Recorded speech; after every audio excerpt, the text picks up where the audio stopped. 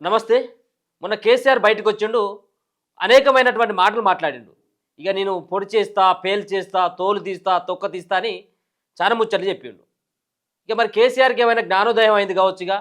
బుద్ధొచ్చినట్టున్నది. Party అంతా ఆగమయ్యేటట్టు ఉన్నది. ఇక బయటకొస్తే మాత్రమే పార్టీ బతుకుతది కావచ్చు అన్నటువంటి ఒక ఉద్దేశం ఉన్నట్టున్నది.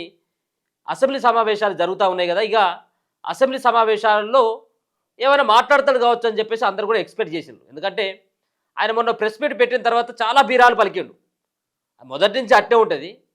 పేరు పెద్దరికో ఇంకోటి ఏదో అన్నట్టుగా కేసీఆర్ వ్యవహారం అంతా కూడా మొత్తం అట్నే ఉంటుంది. అంటే ఇది రాకముందుకే, సభలకు సమావేశాలకు రాకముందుకే ఇక ఇష్టం వచ్చినట్టుగా మాట్లాడతాడు. ఇక ఎవడైనా తెలియనోడు కొత్తోడు ఎవడైనా కేసీఆర్ ముచ్చట్లు విన్నట్టు అవుతుంటే ఇక నిజంగానే చేస్తాడు కావచ్చుగా, నిజంగానే ఒత్తడు కావచ్చు అని చెప్పేసి అనుకుంటారు. ఎందుకంటే దేకిస్తారు ఏం లేకముందుకే మొత్తం అంతగా దేకిస్తా నిండా కూడా ఉన్నది భూవా అని చెప్పేసి చెప్పేటువంటి రకం అన్నట్టు కేసీఆర్. సేమ్ అదేలాగా మొన్న ఆయన వచ్చి మాట్లాడిన తర్వాత కేసీఆర్గా వస్తాడు కావచ్చు అని చెప్పేసి ఎక్స్పెక్ట్ చేస్తే తీరా ఏం చేసిండు. మొన్న అసెంబ్లీ సమావేశాలు ప్రారంభమైనటువంటి రోజు ఒక్కరోజు వచ్చిండు అసెంబ్లీకి. వచ్చి జీతం కోసం వచ్చి సంతకం పెట్టిపోయినట్టుగా కేసీఆర్ జీతం కోసం వచ్చి మాత్రమే సంతకం పెట్టిండు, అవతల పడ్డాడు. కథం మళ్ళీ పత్తలేడు. అందుకంటే ముందు ఆయన మాట్లాడితే ఏమన్నాడు, ఇక నేను తేలి చేసుకుంటా, నేను ఇక తాడో పేడో రేవంతో నేను చూసుకుంటా, ఇక రేపటి నుంచి ఇక ప్రెస్ వాళ్ళకు రోజు పనే ఉంటుంది. ఇక మీరు వేరే పనికి ఇట్లా పెట్టుకునేరు, మళ్ళీ ఈ పని ఆగమయ్యేటట్టున్నది. కాబట్టి నా పని మీదనే ఉండులు మీరు, మీకు రికాము లేకుండా పని దొరుకుతుంది. ఇక రోజు వచ్చి నేను ప్రెస్ ముంగంటే నిలబడతా, ప్రెస్ ముంగంటే మాట్లాడతా అని చెప్పేసి అన్నాడు.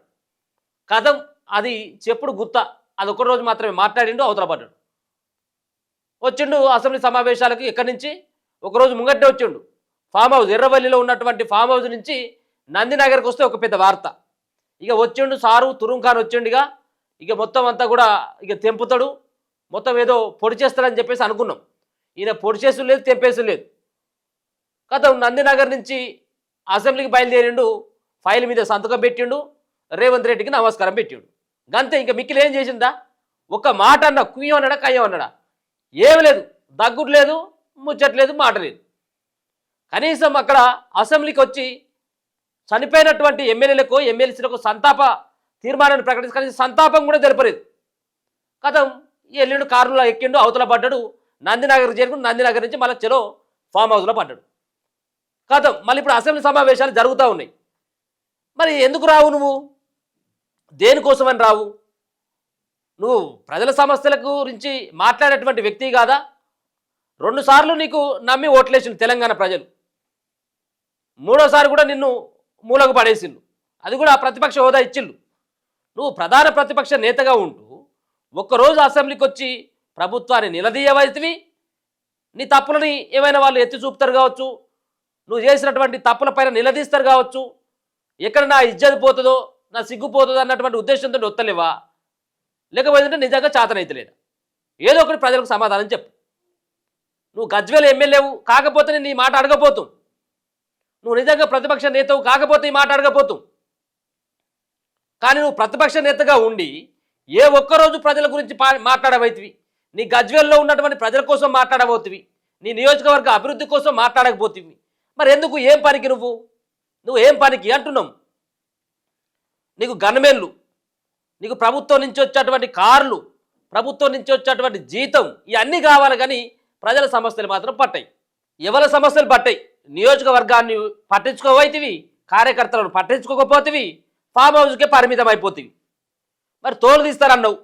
మరి తోలు తీసేదానికి కత్తులు దొరుకుతలేవా? లేకపోతే చాకులు ఏమైనా దొరుకుతలేవా? మరి నీకు అదే టైం ఏమైనా దొరుకుతలేదా? నువ్వు ఎవరి తోలు తీస్తావు, ఎవరి తొండం తీస్తావు, ఏం చేస్తావు నువ్వు? నీ బిడ్డ కూడా ఇలా మాట్లాడింది. నాయన నువ్వు అసెంబ్లీకి రా, నువ్వు చేసినటువంటి ఆ తప్పులకి ఇట్లా ఏమన్నా వాళ్ళు అడుగుతారని వస్తలేవా? నీ పార్టీ మొత్తం ఆగమైపోయేటట్టున్నది. నువ్వు అసెంబ్లీకి రాకపోయినట్టయితే ఉంటే అల్లుడు కలిసి కొడుకు కలిసి మొత్తం పార్టీని అంతా కూడా తొక్కిపెట్టినట్టుగా ఉన్నారు.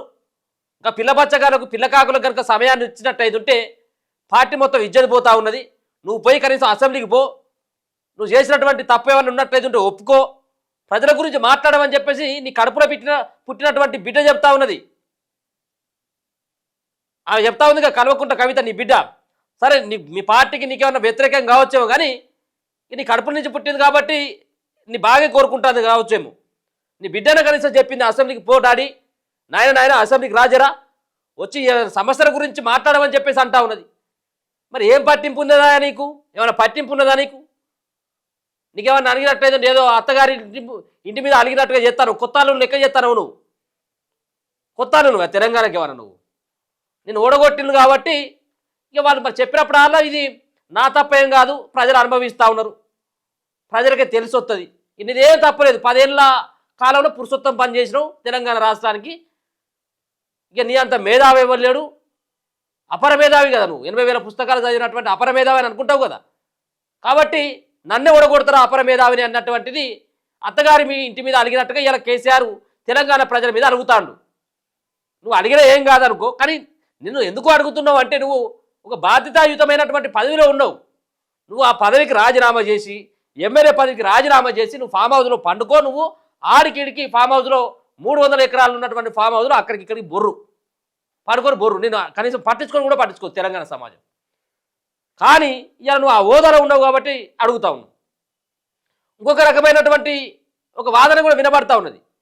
ఇలా కేసీఆర్ కనుక అసెంబ్లీకి వచ్చినట్టయితుంటే మా పతారు ఎక్కడ తగ్గుతుందో, మాకు మైక్ ఎక్కడ కూడా రాకుండా పోతుంది అన్నటువంటి ఉద్దేశంతో కేసీఆర్ను రాకుండా ఫామ్ హౌస్కే పరిమితం చేసింది హరీష్ రావు, కేటీఆర్ అన్నటువంటి కొన్ని వాదనలు కూడా వినపడతా ఉన్నాయి. ఇక ముసలోడు అయిపోయాడు, ఇక నువ్వు ఎన్ని రోజులు వస్తావు, ఇక నువ్వు సపరేట్గా ఆడు ఉంటావా? నువ్వు కనుక నువ్వు ఫామ్ హౌస్కి వెళ్ళి కనుక దర్దాపుగా బయటకు వెళ్తే, నువ్వు ఫామ్ హౌస్ కనుక దాటి బయటకు వస్తే మాత్రం మేము వేరే దారి పడతామని చెప్పేసి అల్లుడు హరీష్, కొడుకు కేటీఆర్ ఇద్దరు కలిసి ఏమన్నా ముసలోని బెదిరిస్తాలా, ముసలోని బెదిరిస్తాలన్నటువంటి వాదన వినబడతా ఉన్నది బలంగా. ఎందుకంటే ముసలోడు వచ్చినట్టయితే వీళ్ళ రాజకీయ భవిష్యత్తు ప్రస్తారణగా మారబోతుంది. మళ్ళీ ముసలోడు వచ్చినట్టయితుంటే మళ్ళా ముఖ్యమంత్రి ఆయన కావాలని చెప్పేసి జనాలు జేజేలు కొడతారు. నాకు ఎక్కడ ప్రయారిటీ తగ్గుతుందని కేటీఆర్. సో కేటీఆర్ని ఆయన ఫెయిల్యూర్ చూపెట్టి రేపు హరీష్ రావు గద్దెనెక్కాలన్నటువంటి ఉద్దేశం తోటి ఆ ముసలాయలను బయటకు రాకుండా చేస్తారన్నటువంటి విమర్శ కూడా ఉన్నది. ఒకవేళ అట్లాంటి ప్రయత్నం కనుక జరిగినట్టయితుంటే కేసీఆర్ నీకు తెలంగాణ సమాజం అండగా ఉంటుంది.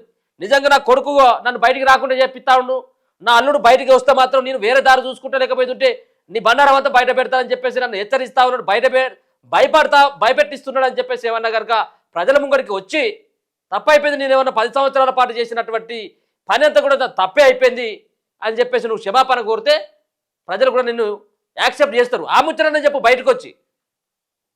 నువ్వు బయటికి రాకుండా మరి నిన్నటికి ఇయాటికి ఏమైంది నాకు అర్థమవుతలేదు.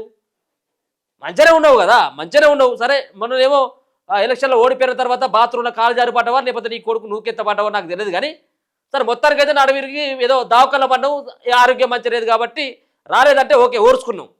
ఇప్పుడు మంచిగానే ఉన్నావు కదా, మంచిగా నడతాను, మంచిగా మాట్లాడుతూ ఉన్నావు. ఓ గంట సేపు ఊగదంపుడు ముచ్చట చెప్తే ఇక నీకు వచ్చినటువంటి ఆ భాషలో నవ్విచ్చినావు, తుళ్ళిచ్చినావు, ఓ భరోసా ఇచ్చారు, ప్రయత్నం చేసినావు, ఎవరి మీద సెటర్లు వేయాలో వాళ్ళ మీద వేసినావు. నేను వస్తా, రేపు వస్తా, ఎల్లుండి వస్తా, తొక్కలు తీస్తా, తోటకూర తీస్తా, తోలు తీస్తా అని చెప్పినావు. అది గింత మంచిగా ముచ్చని చెప్పి సడన్గా మాయమావుడు ఏంది అనేది డౌట్ వస్తుంది అందరికీ. నువ్వు వస్తావా లేకపోతే ఉంటే రాజీనామా చేస్తావా? ఏదో ఒకటి తెలుసుకో. ఒకవేళ కనుక నువ్వు రాజీనామా చేస్తే ఫామ్ హౌస్లో పండు, ఎవరు అడగరు. ఇలా రేవంత్ రెడ్డి అడగడు, బీజేపీ వాళ్ళు అడగరు, తెలంగాణ ప్రజానీకం సైతం కూడా కేసీఆర్ ఎక్కడ పోయిందని కనీసం నీ జాడ గురించి వెతకను కూడా వెతకరు. నువ్వు ఆ ప్రయత్నం చేయి జరా. బిడ్డ చెప్తాను ఒక దిక్కు, రా నాయన వచ్చి అసెంబ్లీలో మాట్లాడు, ఆ పిల్ల బచ్చాకు పిల్లకాకులకు ఏం తెలుస్తుంది, నువ్వు వచ్చి మాట్లాడు అని చెప్పేసి అంటా ఉన్నది. మరి గింత కూడా రోషం లేకపోతే ఎట్లా? రోషం ఉండాలి కదా, వచ్చి మాట్లాడాలి కదా. ఎవరి మీద అలుగుతావు, ఎన్ని రోజులు అలుగుతావు? చెరువు మీద అలుగుతానంటే ఏమో ఎండినట్టు అవుతుంది నీ కథ. చెరువు మీద అలిగినట్టుగా అంటే అలుగకు తెలంగాణ సమాజం మీద. నువ్వు 10 సంవత్సరాల పాటు పాపాలు చేసినావు. నువ్వు పాపాలు చేస్తేనే ఇలా ఫామ్ హౌస్లో పడబెట్టిరు ప్రజలంతా. రేపు కనుక నువ్వు ప్రతిపక్ష హోదాలో ఉండి కూడా నువ్వు ప్రజల సంక్షేమం గురించి, ప్రభుత్వ వైఫల్యాల గురించి మాట్లాడితే నీకేమైనా రేపు అవకాశం ఉంటుంది. కానీ నువ్వు రాకుండా దొంగ లెక్క దాచుకున్నాడు ఏంది? నువ్వు ఏ తప్పే చేయబోతివి, ఈ దొంగ లెక్క దాచుకున్నాడు ఎందుకు? నువ్వు ఇంకోసారి ఆలోచించు జరా. నీ తోలు తీసుడు, ఈ తొక్కలు తీసుడు మాటల వరకు కాదు. నువ్వు దమ్ముంటే అసెంబ్లీకి వచ్చి ఒకసారి మాట్లాడేటువంటి ప్రయత్నం చేయి.